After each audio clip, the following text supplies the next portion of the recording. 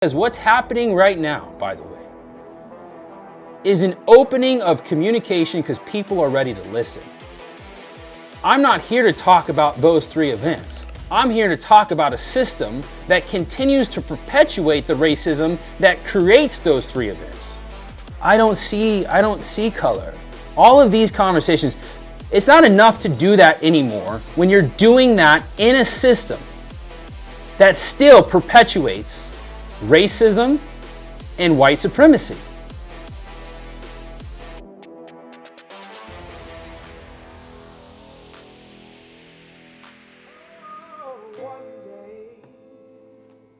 What's up, everybody? This is Dr. Brett Jones coming in live, baby! Wednesday evening. A pretty historic moment in chiropractic right now. I think people are waking up. I think people are listening. I think people are becoming more and more ready to embrace the shadow, to embrace what is necessary, to evolve the consciousness of humanity. And guess what? It starts by looking within. We have an above-down, inside-out principle, don't we? And that requires us to do the inner work, the self-work, to heal, not just as an individual, but as a profession. And in order to do that, we got to look back and feel the trauma, to feel the pain, to feel the injustice, to feel the inequality, to feel the inequity, and to still decide that we're enough, that we're capable, and that we can be better today than we were yesterday, and better tomorrow than we were today. But I'll tell you right now, unless you're willing to have the hard conversations, the scary conversations, ain't shit gonna change. And that's just the truth, y'all. And I'll tell you right here and right now that talking about race and racism is something a lot of people don't want to get into. You know, and it's interesting. I just got called an opportunist for doing this. I've been talking about this shit since I started, since I've noticed it, right? And I want to start there. I'm glad that this is happening right now. Because if I was talking about this as a student, people would try to discredit this talk because I hadn't got to seeing what it's like on the other side. And in a little bit, I'll go through my student experience. I'll go through what it's been like to be, a black doctor in the chiropractic profession. If I was talking about this as a young doc, people would say, "Oh man, just somebody complaining, wanting a handout." I've never asked for a handout. I've only ever tried to provide a hand up. And I'm encouraging chiropractors, healing facilitators of the world to do the same. And one of the reasons that people don't like to look at race and racism is primarily because it requires you to change. And before I move into that, I want to tell a little bit more just about myself. And like I said, I'm excited to be here in this moment, being able to communicate with y'all. Because, again, I've never asked for a handout from anybody, nor have I ever received one or accepted one. I currently am in my 7th year of practice. In my 5th year in practice, I broke the $1 million mark in practice. It's a principled practice. We check for vertebral subluxation and distortion and derangement and dysfunction. And we provide an adjustment or a healing impulse and allow the innate intelligence to do the work and heal from within. That's what we do in our office. That's the charge. That's what we charge for. We have an exam cost and we have an adjustment cost, and there's the two charges in our office. We broke the $1 million mark in 2018. We broke it again in 2019. Here we are in coronavirus pandemic. We'll break the $1 million mark again, and shit, we might even do the best year that we've ever done. We're aiming for 1.2 because we're going to Hawaii. That's the goal. So you can't say, oh man, this is somebody who is non-successful, just bitching and complaining. That ain't the truth. Sorry, can't get me there. Oh, this is somebody who ain't done nothing for the profession. Can't get me there either. You know, starting in 2014, we took this thing called Adjusting Ninjas to other places around the world. It started at Life Chiropractic College West, and started going and building these things called training camps. Me and Dr. Lance Von State. I've traveled the world now. We've trained over 4,000 chiropractors and chiropractic students in Kairos training culture. It's known as one of the largest chiropractic movements today in the realm of artistry and self-development. I've taught in France, I've taught in the United Kingdom, I've taught in Amsterdam, I've taught in Puerto Rico, all over the continental United States, taught in Germany, taught all over. I've gotten to meet a lot of different chiropractors, taught in New Zealand, taught in Australia, got to meet a lot of different chiropractic presidents of different associations, of different universities, gotten to meet a lot of different faculty. I've attended a lot of chiropractic events, a lot of different chiropractic seminars. I've read more chiropractic books than the majority of people I know. By the time I graduated chiropractic school in 2013, I'd read 93 chiropractic books. That's one of the main questions that I ask as I go teach. You're in chiropractic school, aren't you? How many chiropractic books you read? And the most common answer is 0. But I didn't want that to be me. So I wanted to get educated on chiropractic, the history of chiropractic, and get to feel and witness chiropractic. And so I'm here tonight to discuss racism, and how that's affected the chiropractic profession. I'm mainly going to be discussing the history of racism and white supremacy within the United States. I'm not as educated in regards to race in other countries, so I'm going to stay focused on where I've focused my education. The big aha that has come through what we are all in, by the way. If you haven't noticed, there is an education portal that is open right now.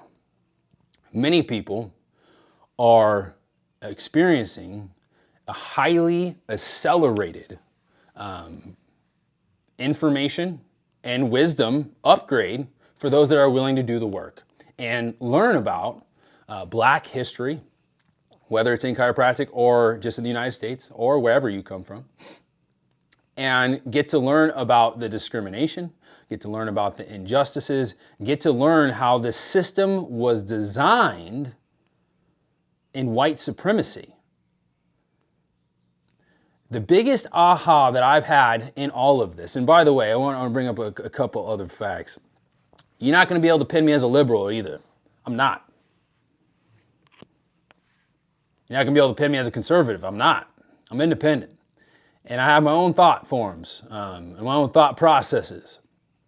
And I believe that in medical freedom, that we should be able to choose what goes into our bodies. I also believe in a woman's right to choose what she does when she is pregnant. So I believe in a woman's right. Those can be conflicting interests, can't they be? But I believe in a woman's right to choose, and I believe in medical freedom. I didn't vote Trump, and I want to point this out, why I didn't. Because there's some things, right, within the conservative Republican Party that I agree with. You know, I don't like a lot of government control. But this is one of the privileges that I don't have. I don't have the privilege of bypassing and overlooking racism.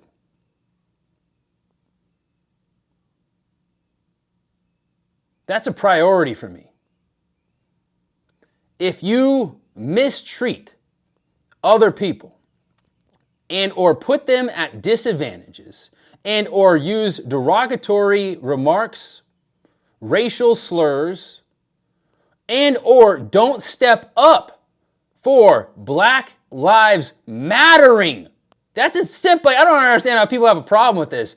It's Black Lives Matter, but people want to go all in to all of the other aspects of this and the conspiracy theory and who might be behind what, forgetting the main problem here. I'm not here to talk to you about 3 lives lost in the last couple weeks, right? Or well, Ahmaud Arbery was in February, but we didn't see the video until about 3 weeks ago. Then we had Breonna Taylor, gunned down, shot down, no knock, break in, and it was the wrong fucking house. They shot it up and killed her. Nobody's been convicted yet. Or we have brother George Floyd choked out on the streets. It's fucking, I don't know, you guys watch the video, it's painful to watch. But people want to go into criminal history and all this other, and it's all just to fucking distract you. Because what's happening right now, by the way, is an opening of communication because people are ready to listen. I'm not here to talk about those 3 events. I'm here to talk about a system that continues to perpetuate the racism that creates those 3 events. So it's going to require us to go and learn some history. So the big aha I had is that it is not enough just to be pro-love and pro-unity. I love all people. I love all skin colors. I don't see color. All of these conversations, it's not enough to do that anymore when you're doing that in a system that still perpetuates racism and white supremacy.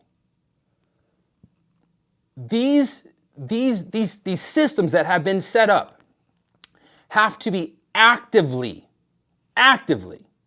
dismantled daily. That does not mean always needing to go to a protest or a riot. That doesn't mean always having to post about it or use your voice about it. But it's honestly a way of actively viewing the world and taking that second moment, right? Everybody has that first reaction, and then taking that second moment to really look at a situation from a slightly different perspective.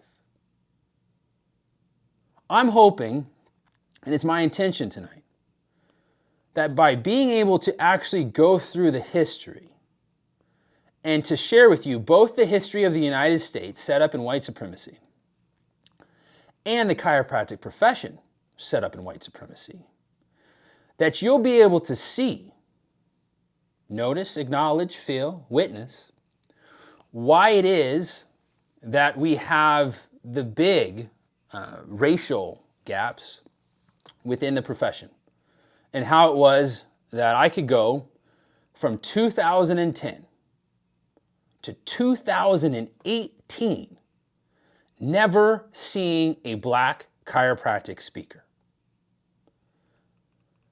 At Life Chiropractic College West, we have a Friday seminar every week. That is 10 weeks of Friday seminar for every quarter. I went to school and finished my chiropractic schooling within 12 quarters. So do the math. 12 times 10, 120 Friday seminars alone, no Black chiropractic speakers. That's one school. I went to a lot of other different seminars all around the world. A lot of different seminar techniques all around the world. Not one Black chiropractic speaker. Actually, when I was in Life Chiropractic College West, there was no Black teacher. There was no Black admin. No Black faculty. Nobody Black on the board. I'm pretty sure there's still nobody Black on the board. And you'll see that amongst a lot of different chiropractic schools. And we'll get in there. But again, the big aha was that until we are actively being anti-racist, which again, I'm not usually somebody that's anti-anything, but the term anti-racism is actually being pro-black. Because racism is set in anti-blackness as a primary, even though it started anti-Semitism. And so that's what we're going to get into. So let's get into the history. By the way, thank you for being here tonight. I appreciate you. If you want to type in where you're watching from, I'm excited for, again, right now, 139 people on the live stream. Obviously, this is something that people care to learn about. And so, you know, for the depths of my being, thank you for caring. This is something that I've brought into awareness multiple times, and never has there been this many ears open. And so I am highly, highly grateful. Okay, so interesting to find out that up until, and this is from the research that I'm doing, and I imagine others will find different things. I'm here presenting a perspective, a level of wisdom, a level of consciousness. By no means am I speaking for all black people. By no means am I speaking for all of any type of person. I'm here speaking as Dr. Brett Jones and the person who I am and what I represent in my mental sovereignty. But I think it's important that we start to learn some history. So up until, according to my research, 1449,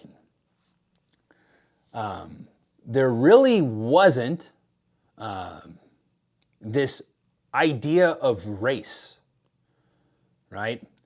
Prior to this, most people were identified by a region, right? You're identified by where you come from, potentially by a certain belief. So you were Christian, you were Catholic, you were Protestant, you were Muslim, you were Islam, you were potentially something like this, and or you were from somewhere. The introduction of race happened in 1449 in Spain, and that's when the first set of discriminatory laws were put into place. And the reason for this, this is interesting, the reason these discriminatory laws were put in place was basically what happened prior to 1449 is that there'd been a massive conversion of Jewish people. I believe in residing in Spain, it was almost a third of the Jewish population. There was this strong crusade to convert to Christianity. And if you do your history, you will find that in the name of Christianity and in the name of Catholicism, there's been more war, murder, and blood than anything else. And so, and it's interesting because we often get painted a different picture here, don't we?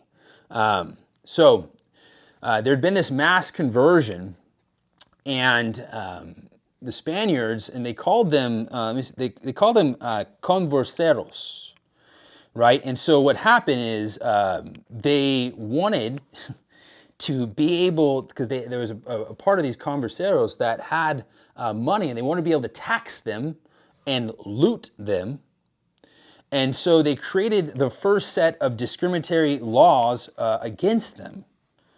And what this did, it was created a perverse lineage of the Jews.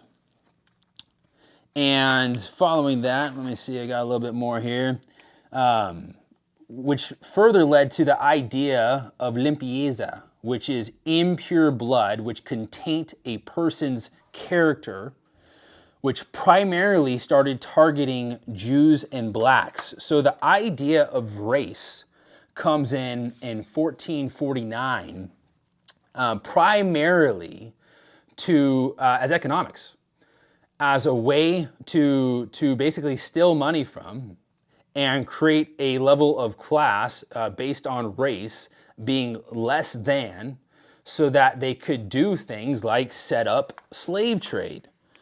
So it was in the 1440s that Spain and Portugal entered the African slave trade.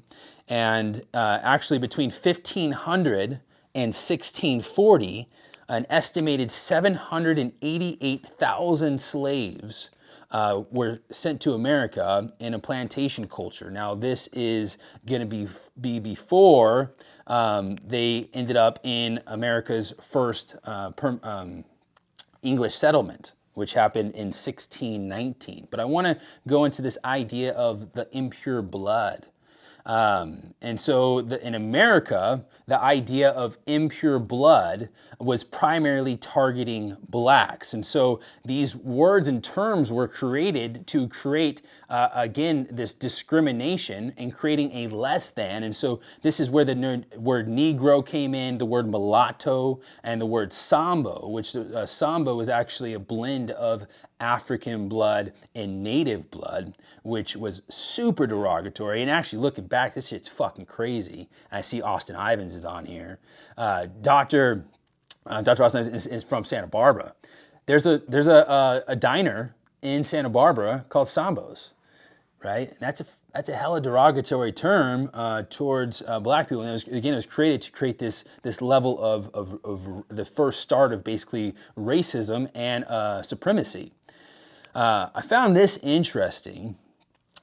Thomas Jefferson, which this is kind of going forward, but we'll come back, had this quote that he said that they needed to be removed beyond the reach of mature so that they could not stain the blood of their master.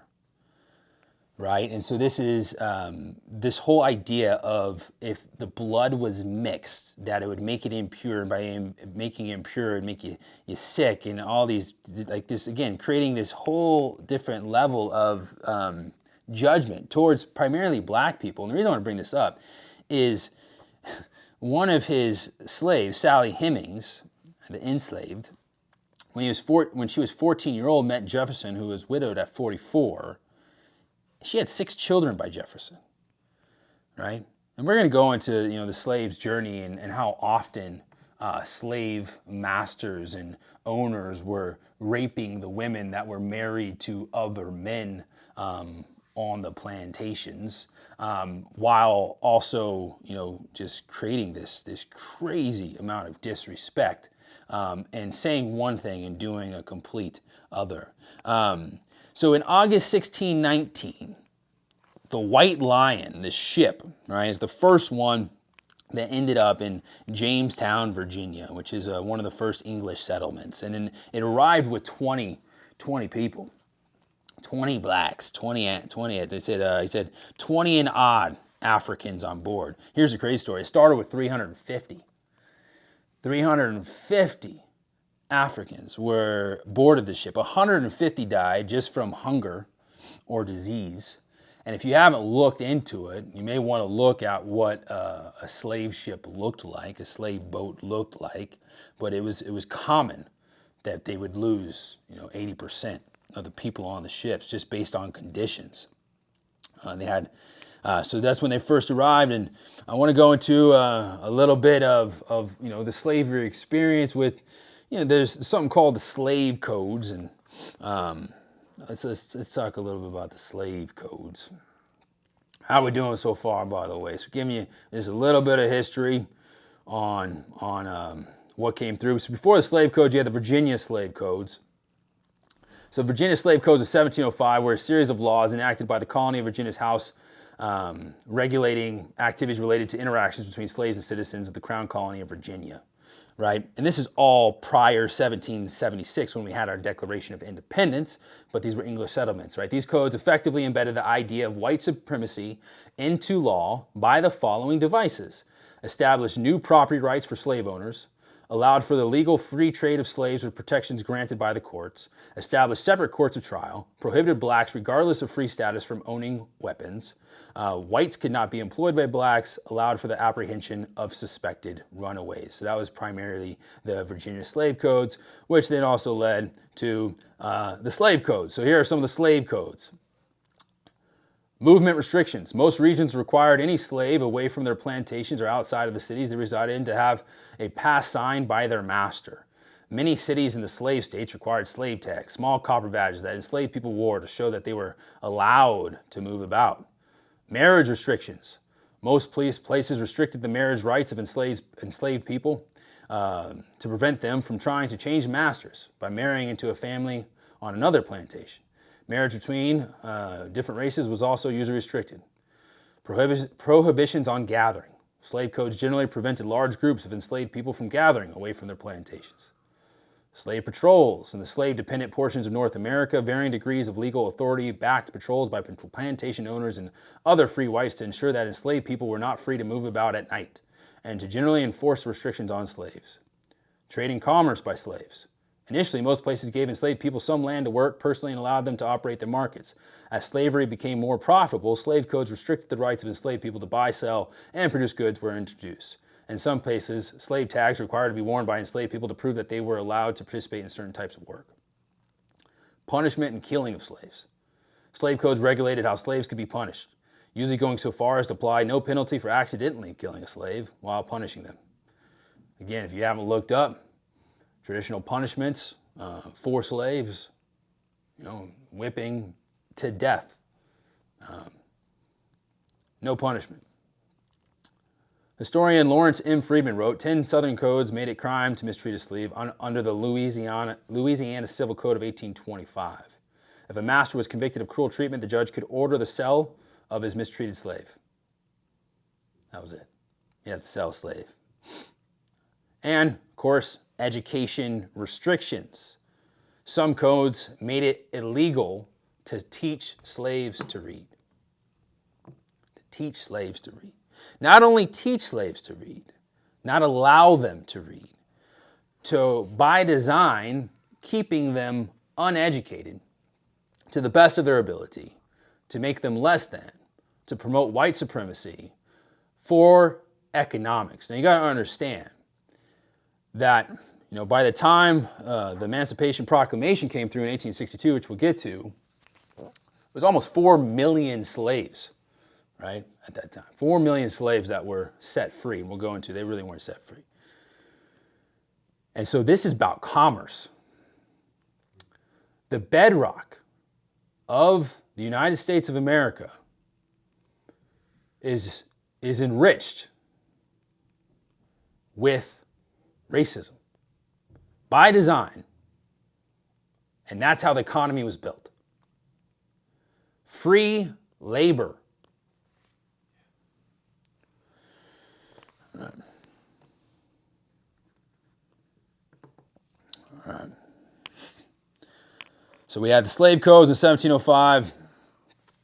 And July 4th, 1776, we have the Declaration of Independence. And this is where the U.S. is now gets itself as an independent nation. I want to bring this date up. And the reason I want to bring this up is a lot of chiropractors don't even know the insensitivity of this. Now, I do love being an American. July 4th, one of my favorite holidays of the year. And with that said, right now there is a chiropractor who created a clothing company that says 1776 forever free. And believe it or not, there's also a group of biracial twins, I think the Hodges twins, and they also have shirts that say 1776. Proud to be an American. But you got to be careful with when you put 1776 forever free. For who? For who? And you got chiropractors wearing this shit with pride. It's a fucking punch in the throat every time I fucking see it. Who was free? How great was America then for all people? So 1776, the Declaration of Independence. And it's not a day to necessarily, it's a day to celebrate as being an American in the United States, but I don't think it's a day to celebrate freedom. Not for all Americans. That didn't happen until 1862. I want to bring this up because this struck me. Right now, you can go to thelaw.com and see if you can see this. Maybe not. Or you pull up a legal dictionary as an app. So look up legal dictionary as an app. Type in the word citizen. I'm here to show you how the United States was set up in white supremacy. What does it mean to be a United States citizen? And the crazy shit is, this is still the legal definition of citizen. Even though that there's been amendments, right, to certain different things, which we'll get into the 13th Amendment here in a minute. But I want to read you the definition of citizen. One who, under the Constitution and laws of the United States, has a right to vote for representatives in Congress and other public officers, and who is qualified to fill offices in the gift of the people. In a more extended sense, under the word citizen are included all white persons born in the United States and naturalized persons born out of the same, who have not lost their right as such. This includes men, women, and children. This is the current legal definition of citizen, and we wonder why we have problems with race in America. Let's keep going. 2, citizens are either native-born or naturalized. Native citizens may fill any office. Naturalized citizens may be elected or appointed to any office under the Constitution of the United States, except the office of president and vice president. So if you're going to be a president or vice president, you need to be born here. The Constitution provides that the citizens of each state shall be entitled to all the privileges and immunities of citizens in the several states. 3, this is where you really need to listen. All natives are not citizens of the United States. The descendants of the Aborigines and those of African origin are not entitled to the rights of citizens. Anterior to the adoption of the Constitution of the United States, each state had the right to make citizens of such persons as it pleased. That Constitution does not authorize any but white persons to become citizens of the United States, and it must therefore be presumed that no one is a citizen who is not white. Go to thelaw.com, type in citizen. This is Legal Dictionary as an app. Type in citizen. What's it mean to be a United States citizen? It was built in white supremacy. Again, white supremacy and the idea of race in regards to color did not exist until 1449 and was perpetuated with the African slave trade to the Americas and other parts of the world. And they modeled that system. And it was for economics. Right? Okay.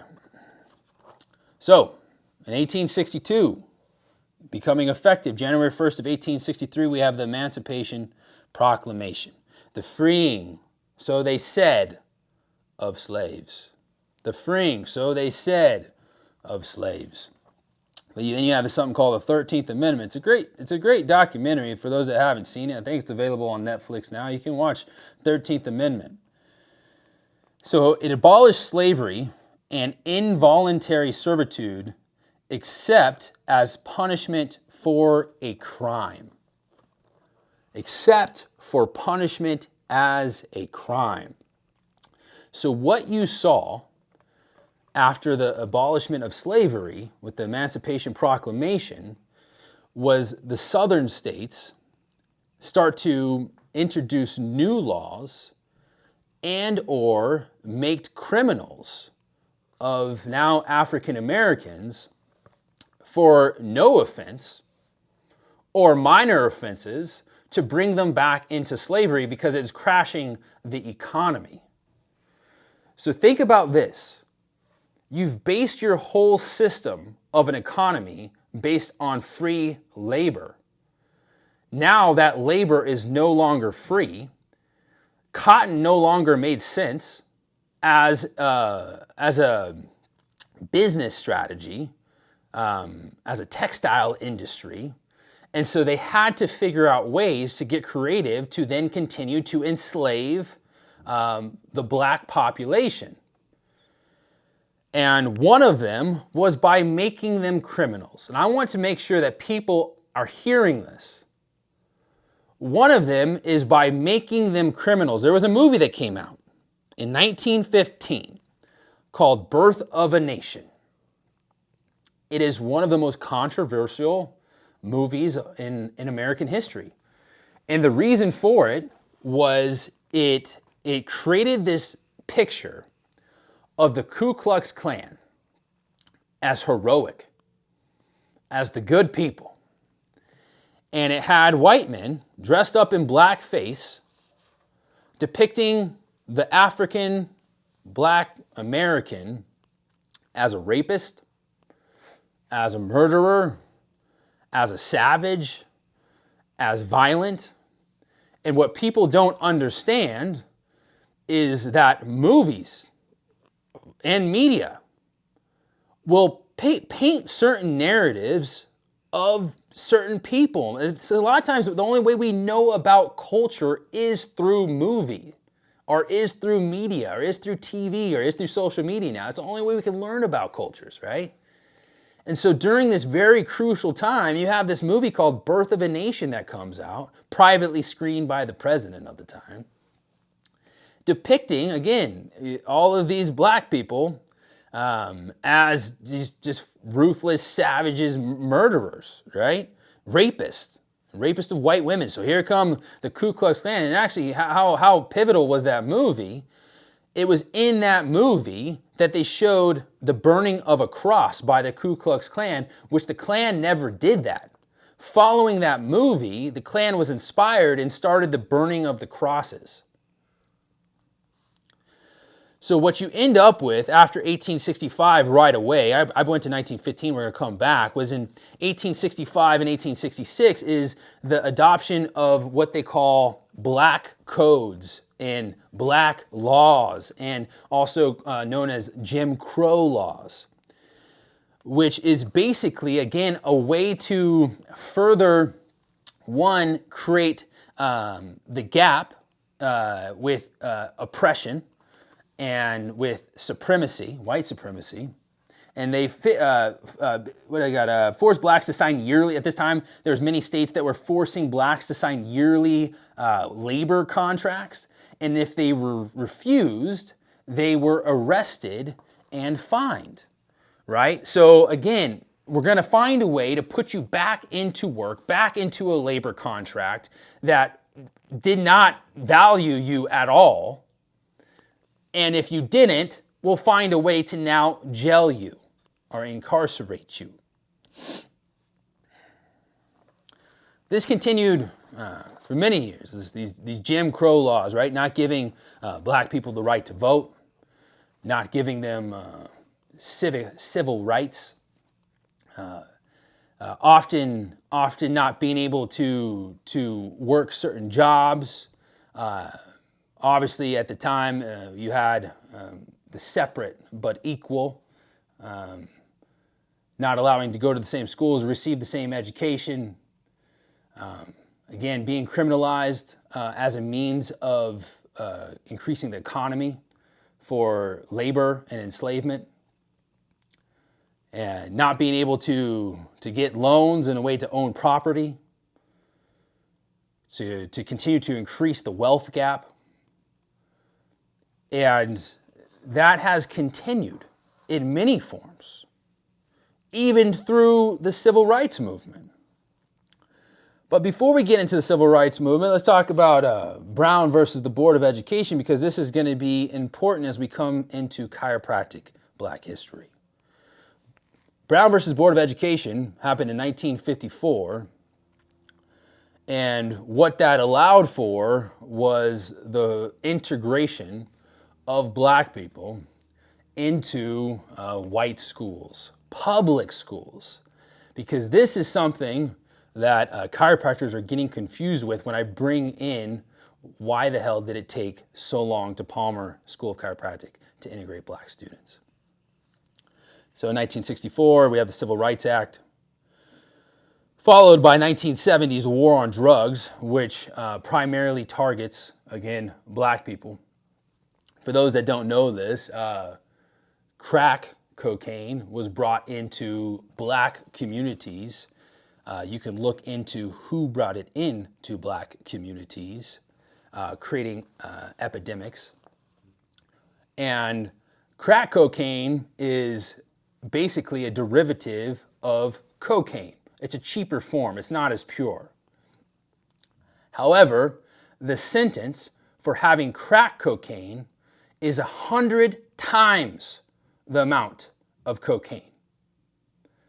So if I'm carrying an ounce of crack cocaine versus an ounce of cocaine, I would receive 100 times the sentence. Crack cocaine was primarily in black communities placed there, causing havoc. White communities, cocaine, pure cocaine, a lot more expensive, 100th of the penalty. Same fucking drug, just less diluted.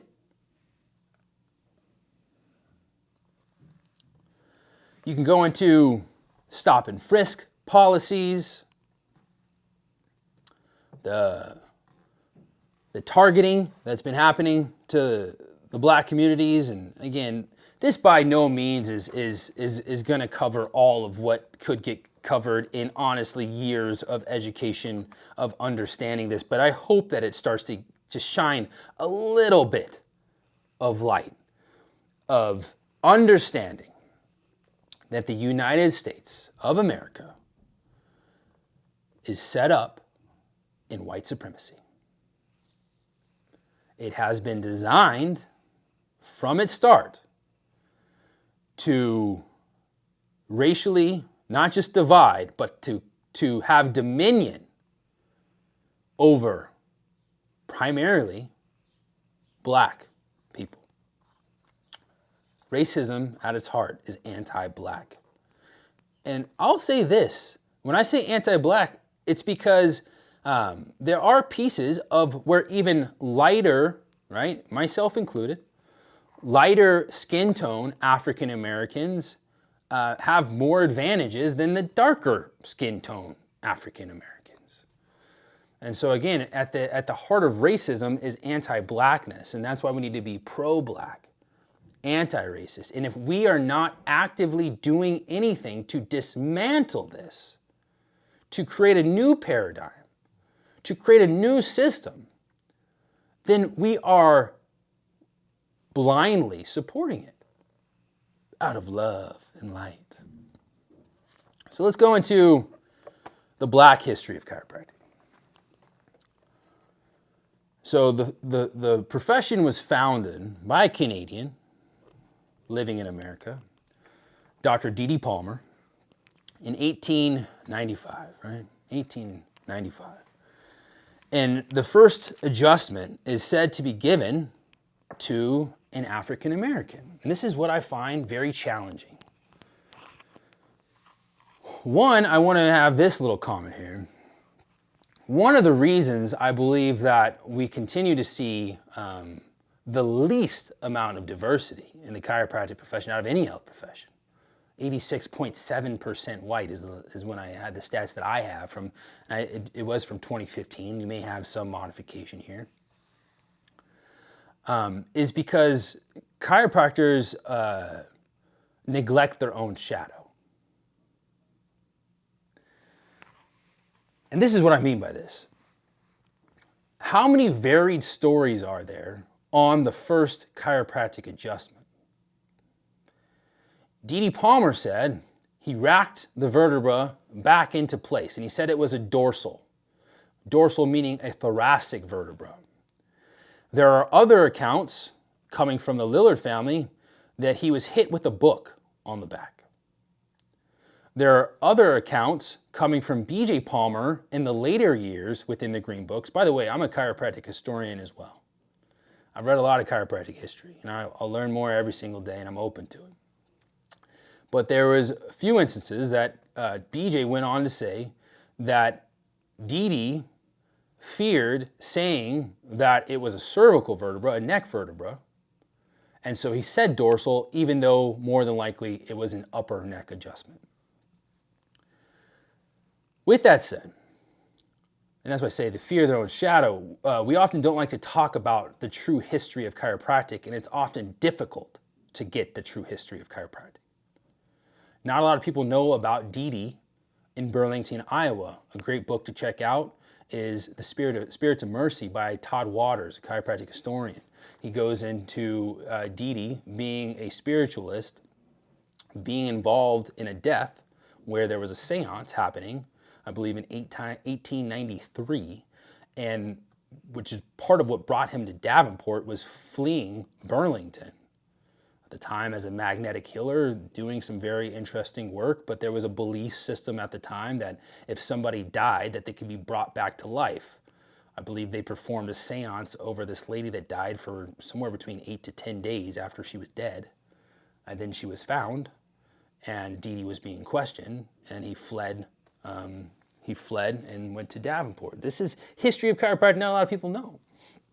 And chiropractic schools all over the country are wanting to get rid of chiropractic history because they're ashamed of where they come from.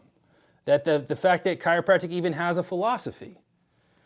And it just goes to show you why so many people have a hard time talking about race in chiropractic. There's a certain level of fragility, not being able to embrace where you come from, not being able to embrace your history, not being able to embrace your fuck-ups, not being able to embrace where you could have been better.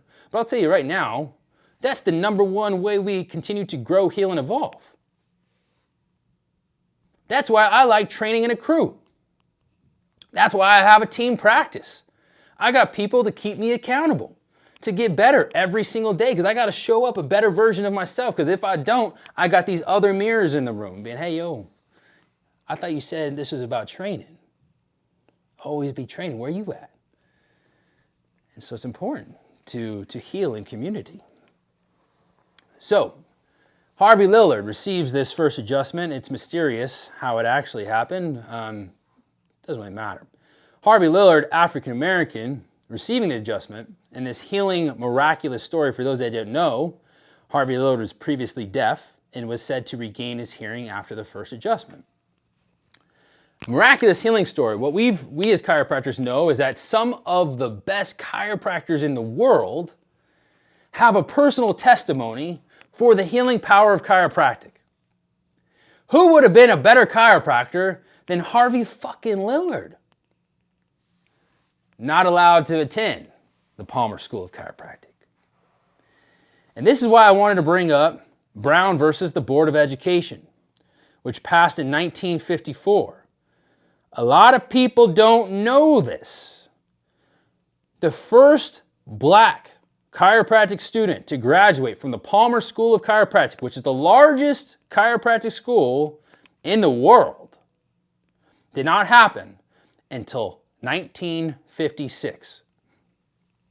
This was Dr. Stanley Dell. You can look him up. Stanley. And I know this presentation would be awesome as a PowerPoint. I don't really like PowerPoints, but this would be awesome as a PowerPoint. So Dr. Stanley Dale graduates Palmer School of Chiropractic, 1956. What a freaking coincidence. It didn't happen until Brown versus the Board of Education, but you should know something. Palmer School of Chiropractic is not a public school. It's a private school. It's a graduate school, which could have admitted black students from its start. The first black chiropractor was not from the Palmer School of Chiropractic. It was a Dr. Fred Rubel. Dr. Fred Rubel graduated, let's see here. Dr. Fred Rubel graduates, is the first known African American to graduate from Chiropractic College in 1913. I believe he graduated from National, right? And I believe National is in Illinois, if I remember correctly. He went on to create the Rubel College, and I love this shit. Right? This is shirts that we need. We need a Dr. Fred Rubel, and he was a cool looking cat too. He went on to create the Rubel College of Chiropractic, which was the first chiropractic school of the race, which incorporated in 1914. Homie graduates in 1913, starts a school in 1914. Gee, homie, right? He created in Alabama and in 1921 in Chicago. The college was created to open the field of instruction to all races. So get this. A man that had to witness discrimination of his black brothers and sisters all over the country from almost every other chiropractic school opens up a school that accepts all races. Fucking beautiful. No matter what the color of their skin may be, so as particularly to give members of the colored race an opportunity to learn one of the greatest modern professions, chiropractic, still attributed as one of the greatest modern professions. I believe it was in 1943. There was a reaver. It's not the reaver that you are aware of, potentially the most jailed chiropractor. There was another reaver. He sent a letter to B.J. Palmer saying, I have a promising female black student that I think would make an amazing chiropractor. Okay? that I think would make an amazing chiropractor. Sends this to BJ Palmer. BJ Palmer replies, "We're sorry, but the PSC is not accepting Negroes at this time." And actually, I made a post, and it was back in February of this year, and I included the images of being able to see the actual intake for the Palmer School of Chiropractic that said no Negroes allowed. Again, there was no law stating that Negroes couldn't attend. What BJ feared, right, was the backlash of the white chiropractic students that attended. And I also think this is why a lot of white chiropractors don't speak up in times of racial discrimination and injustice. There's still a fear surrounding you speaking up for black people, and fear of discrimination or fear of judgment from other white chiropractors. So 1943, I believe, so 1943, he sends a letter. 1945, he ends up creating his own school, the Reaver School of Chiropractic, again, which is open to all races. And I believe it was open from 1945 till about 1951. There's been several schools that have started. I know we have about 17 schools in the United States now. But I think it's an important piece of history. And this may hurt people. This may hurt some people to hear this. Lance Von Stade, Dr. Lance Von Stade made an amazing post.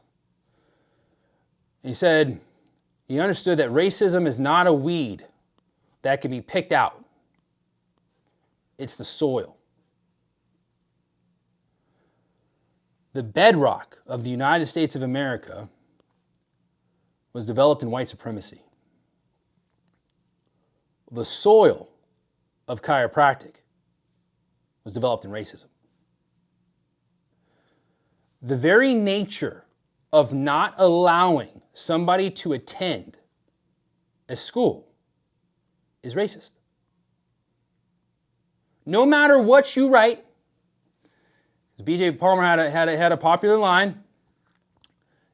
He said, give me a spine, not the color of the skin, right? Something along those lines. And at the same time, did not allow black students to attend his chiropractic school. That is racist. And we need to be comfortable or become at least more open to that. And I know people say, "Oh, that's a derogatory term," and but he had a black friend, and he would adjust black people, and those were the times. But that there, right there, is a racist act. The soil of chiropractic is made in racism. How do you know? Take a look at the damn flowers and the plants everywhere right now. So now let's go into my experience. I started chiropractic school in 2010. And I'll be fully honest, I didn't come from the most diverse place. I'm from a smaller town, right, in Southern California, in the Inland Empire. Not a huge population of black people. We had a bigger population of Hispanic and Latino people. And I went to school in Colorado, however, and in that school, definitely a lot more black people. I played football in Colorado, so my team, my teammates probably had at least 30% that were African American. And I now live in the Bay Area, right? Oakland is arguably one of the most diverse cities in the country. That's where I'm in right now. And I went to school, and hey, we're a little less diverse, but still hella diverse, right? With the Bay Area. To my dismay, I had no freaking clue how white chiropractic was. No idea. In my schooling career, we had now Dr. Ada, right? She was in the same class as me, black student. We had a student that transferred in, and I think he did like 5 or 6 quarters there, a Sandu, black student, African.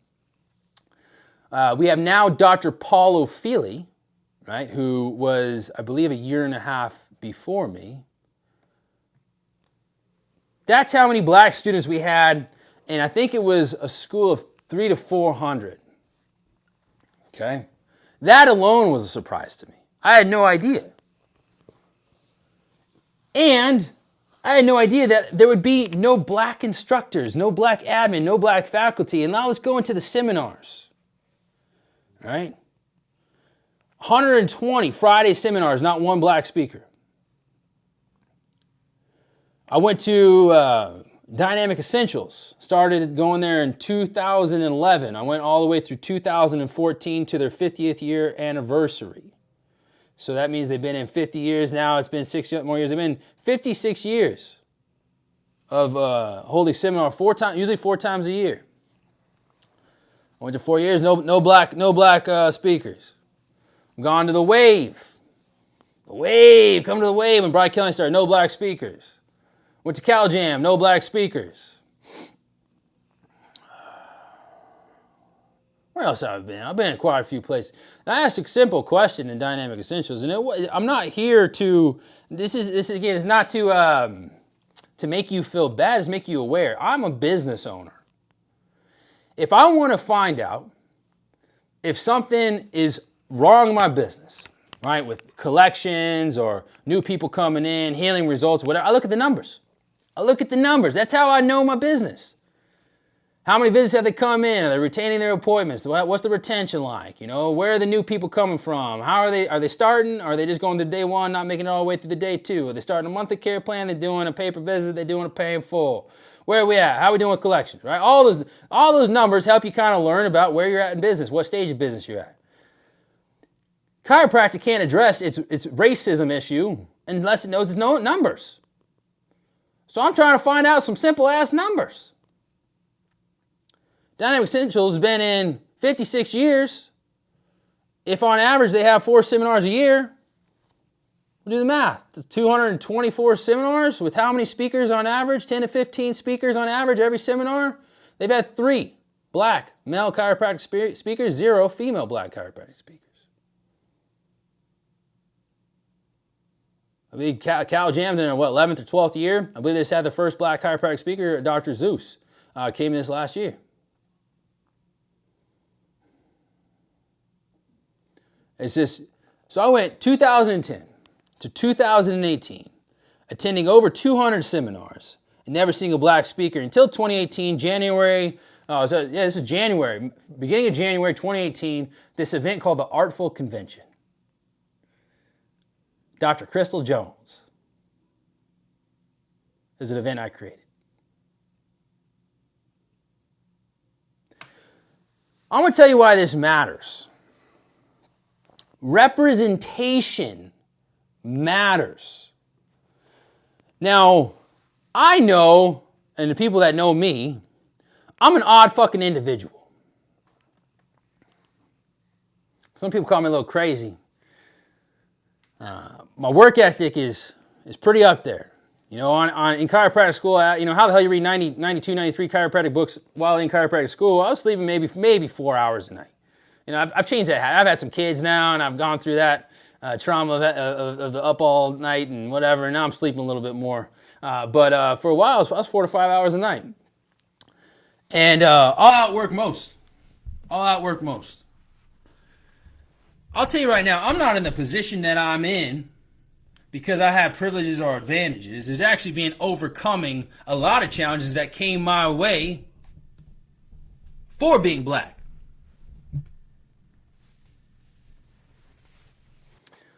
First time at the Wave.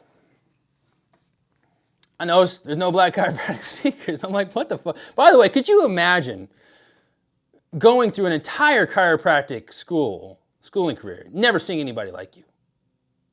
As far as a teacher or a speaker guest or whatever. Never seen anybody that would represent, your culture. Because there's black culture, there's Latin culture, there's Asian culture, there's culture. We don't learn about different cultures. And different cultures allow for diversity in thought, and diversity in thought is a good thing.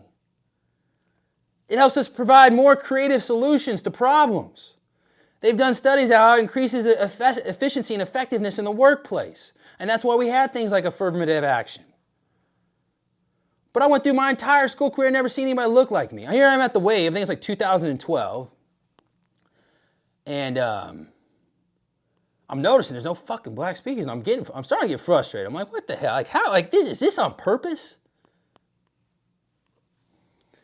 And I forget, I was actually listening to Ron Oberstein, the now president at Life Chiropractic College West, sitting next to his wife, Mary Oberstein. And then there was another chiropractor there whose husband was the lead of one of the chiropractic organizations. And the talk finishes, and I've been noticing what I've been noticing for a long time, or for at least a couple of years. And Ron gets off the stage, and I'm saying, "Hey man, amazing job! Love what you brought. Love. You know, he ends the way he ended his talk, and you know, and sharing with Mary there, and you know, I told him, I was, you know what, I've noticed that there's not any black chiropractic speakers. Like, are you guys aware of any?" She's like, "To be honest, I know." And I said, "Well, I'm gonna be one of the first black chiropractic speakers." And this other woman, chiropractor, says, "Before there's any black chiropractic speakers, there needs to be a lot more women chiropractors." And I was like, what the fuck? Now, I'm all for more women chiropractors, because that's a whole nother piece, because chiropractic profession is also very sexist.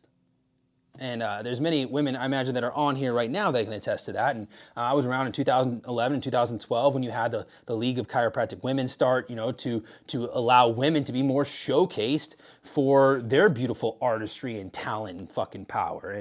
And now you see that. You see that a lot of more representation events. I'm not saying it's fucking perfect, but it's better, right?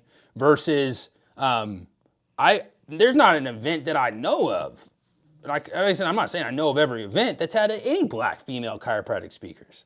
Now there's some that have had a couple, black male, but black female, fucking Latin female, Asian female, fuck any person of color on the female spectrum has been extremely suppressed by design. And so, it was 2012 experience. I had one of my mentors on stage in 2012, 2012 was a rough one.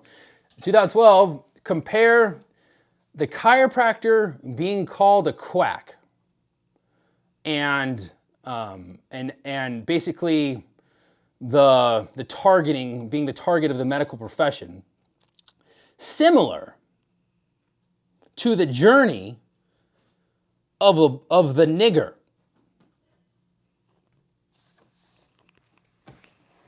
He said being called a quack was being called a nigger on fucking stage.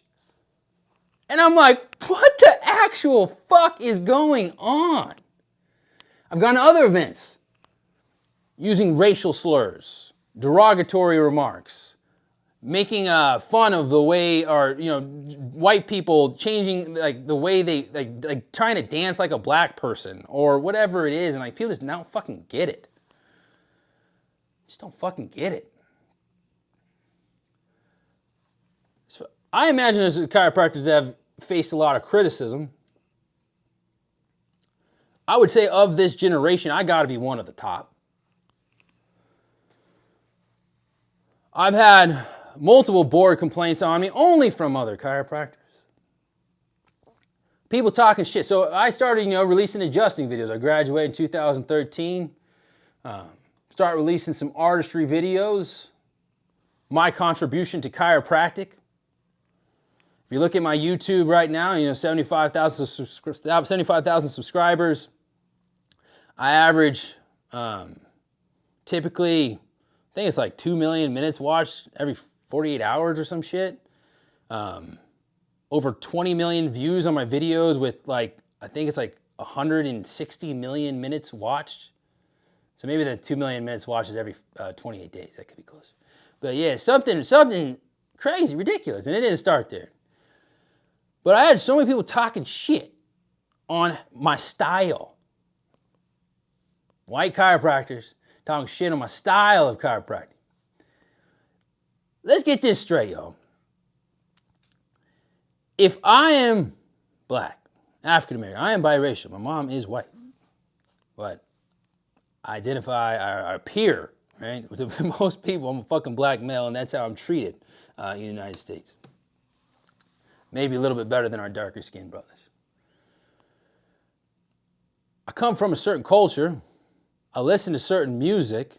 I move in a certain way. Please tell me why I would ever adjust like a white chiropractor. Why should I adjust like a Gonstead? Why should I adjust the diversified style that's taught like in this mechanistic way? I flow.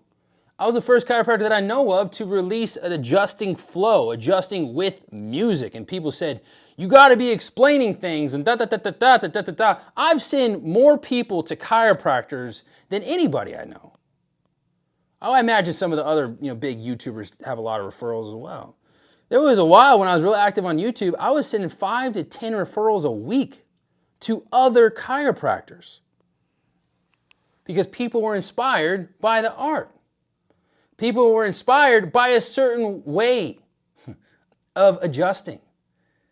And that's what we forget,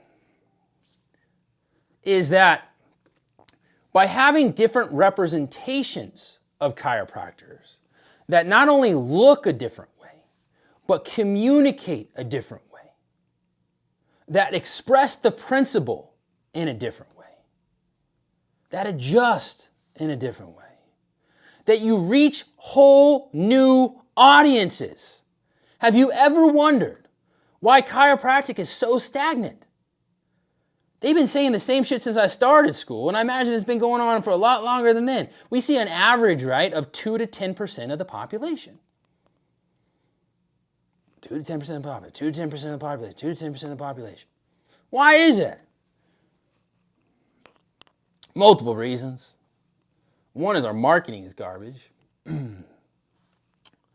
Lack of integrity in multiple forms. And we're behind the medical profession by an estimated 25 years in racial integration.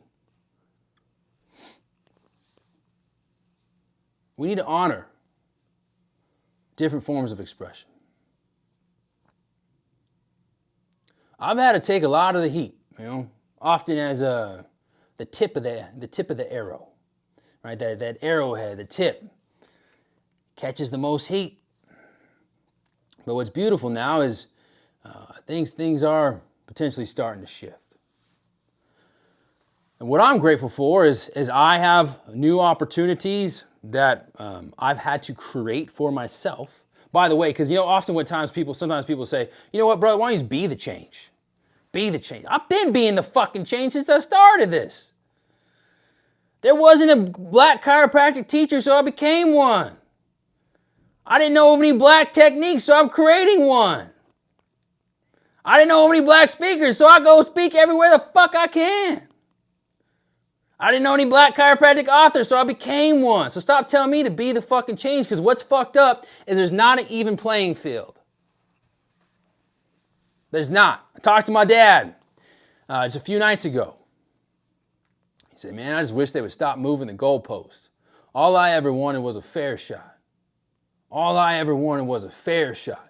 Right now, in the United States of America, a black woman makes 60% of what a white man makes doing the same fucking job. A white woman makes 80% of what a white man makes. So what's that mean when you just keep telling people, oh man, just work hard, have a big vision, right? Think positive.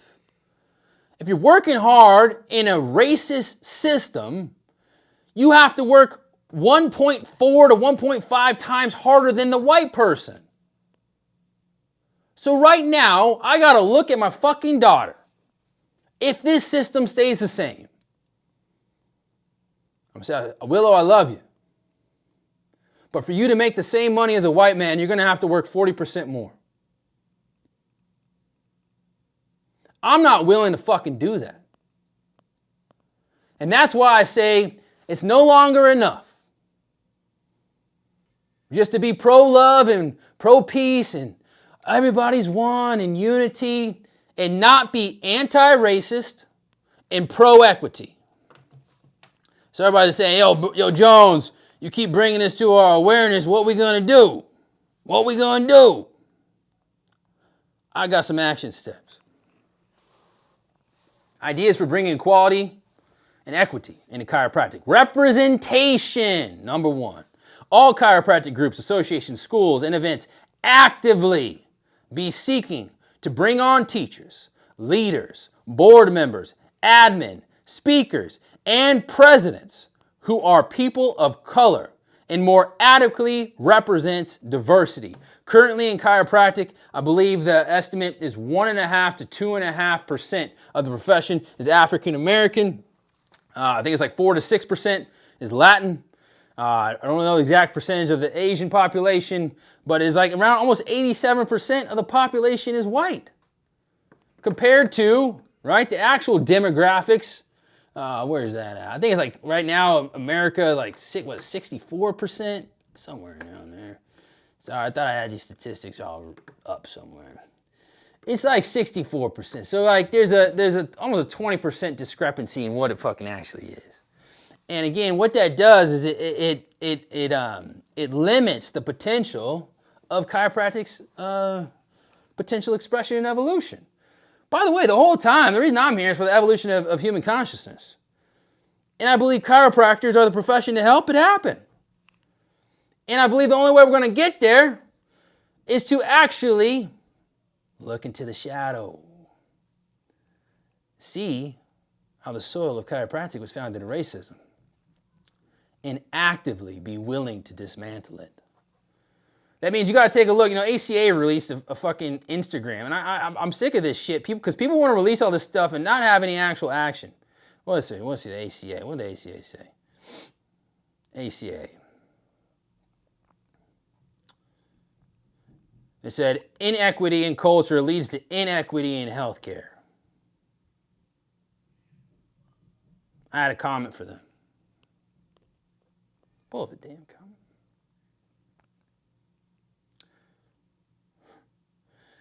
Somebody else said, as a 91% white profession, we have a lot to do. Yeah, that's good. I wasn't the ACA Sports Council. I said, what about the inequity in your board, in your delegates? Go to the ACA today, look at their board. Look at the delegates. Go to the ICA, look at the board, look at the delegates. Go to the IFCO, look at the board, look at the delegates. Go to the CCE, look at the board. Go to, you name the fucking institution. Go to the chiropractic school boards. What are you going to see? Majority of white males. Do we not think our people of color and our females can help this profession actually fucking grow? Because it's been pretty fucking stagnant the way it is. Somebody else made a comment to me. They said, yeah, you look at some of the other blacks in the profession getting more opportunities, and what are they doing with their platform? What are they doing? Well, one, I've noticed the majority are black conservatives.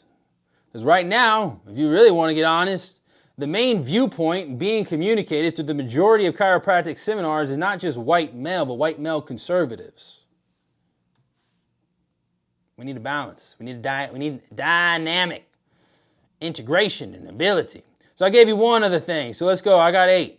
So one is representation. All chiropractic groups, associations, schools, and events actively be seeking to bring on teachers, leaders, board members, admin, speakers, and presidents who are people of color and more adequately represent diversity. 1. 2. Actively have campaigns to encourage diversity in chiropractic, student recruitment, and have school programs that nurture those diverse students with the programs and curriculum of school. I'll point this out because I don't know it all that well, but I know it enough to say something about it. Life University, been attracting a lot of Puerto Rican students. A lot of these Puerto Rican students, second language is English, right? Some of them are learning it for the first time. If you're going to get a lot of Puerto Rican students, you also need to be able to nurture those chiropractic students. I'm not saying to have all Spanish classes, but being able to like learn and modify and be able to learn the culture of Puerto Rican students, and then also being able to recruit speakers and leaders and teachers and admin that are Puerto Rican in representation of all the students that are coming in. 3, facilitate more conversations about the fabric of racism that exists within our current systems and unite in dismantling them to create a more vibrant and abundant future that honors equality and equity. 4, mentorship, more mentorship for people of color by people of color. 5, more training for teachers on how to communicate and teach in a variety of ways that honors diverse learning styles and diverse communication styles. 6, more access of chiropractic for diverse communities. 7, more education about chiropractic and innate intelligence for diverse communities. Ooh, people aren't going to like me on this one, but I'm going to fucking say it. Because I believe this is what helps to change. And you know, and a lot of the white conservatives out there have been loving to throw up Dr. Martin Luther King because of his peaceful protest. Not knowing a lot about Martin Luther King, which I think is interesting.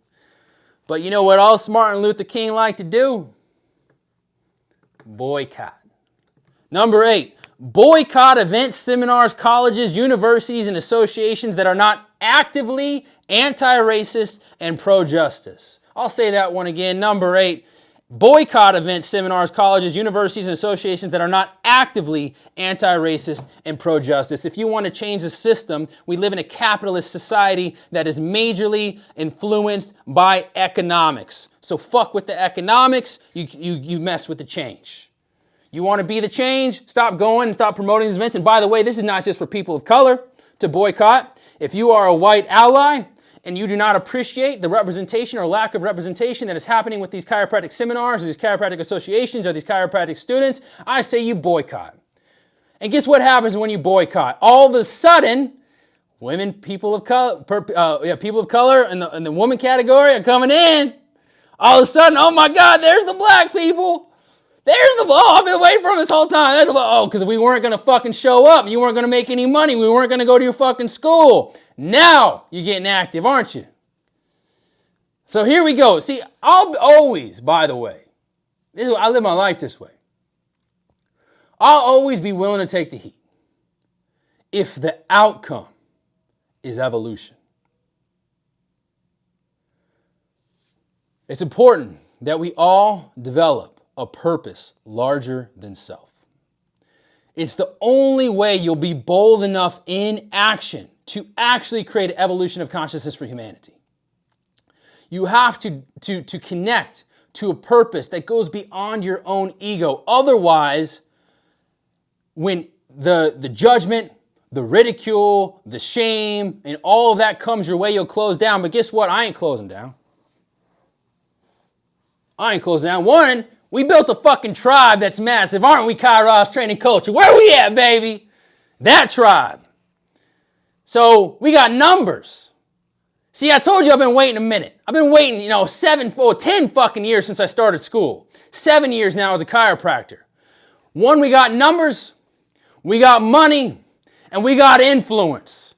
And we will be the change in chiropractic because I believe this chiropractic profession deserves to be number one in healthcare, and it also deserves to be number one as the most diverse health profession in the fucking world. And if you're about that, let's get it. I love you and I appreciate you. Thank you for being on this call. More to come, baby. You listen to this song, baby. Here we go. Thank you for joining tonight.